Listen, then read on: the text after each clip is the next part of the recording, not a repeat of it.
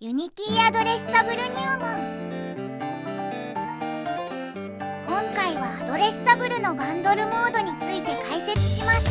グループを作った時に出てくる設定ですが、これを理解していないとロード速度や容量管理に大きな差が出ます。では早速見ていきましょう。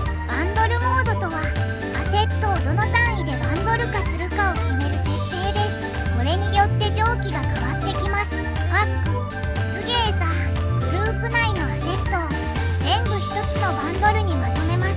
メリットはロード速度が最速ということ。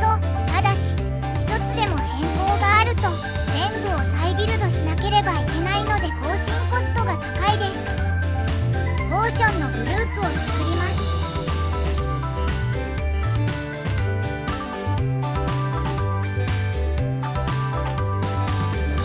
ファイルを選択して D&D します。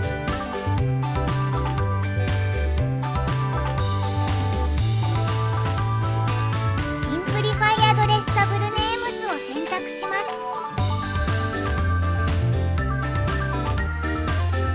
リモートに変更します。パック、トゥゲーザーのままにします。パック、トゥゲーザー、バイ、ラベルごとにバンドル化するモードです。例えばキャラクターとエフェクトを別ラベルに分ければ必要なカテゴリだけロードできます。ロード速度は中間くらいで無駄な読み込みを減らせます。バックグラウンドのグループを作ります。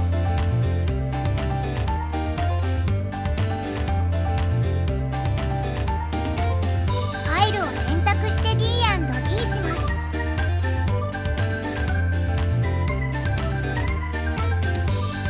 シンプリファイアドレッサブルネームを選択します。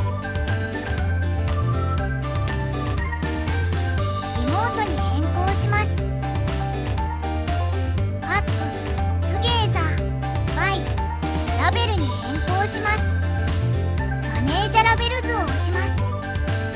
足すボタンを押します。ラベルを登録します。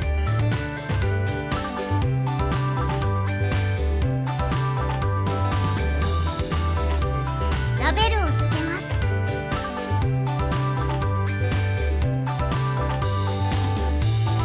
パック、セパレートリー、最後はアセットを一つずつ別バンドルにするモードです。更新は柔軟で一部だけ差し替えるのが簡単。ただし、ロード時に小さなバンドルを大量に読み込むことになるので、ロード速度は最も遅いです。キャラのグループを作ります。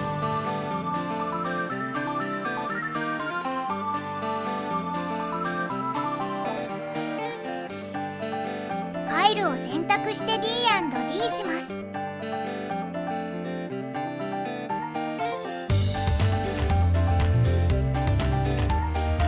シンプリファイアドレッサブルネームを選択します。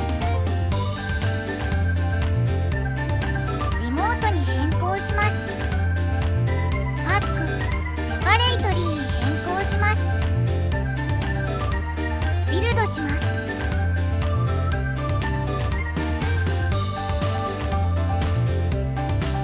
バックグラウンドのラベル群のみ作成されてます。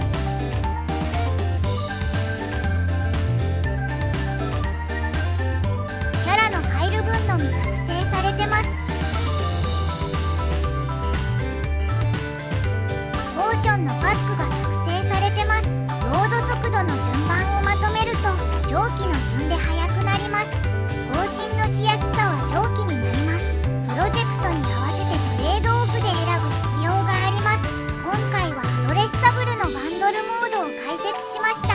次回はカタログ更新編を予定していますので、ぜひチャンネル登録して待っていてください。高評価、コメントもいただけると励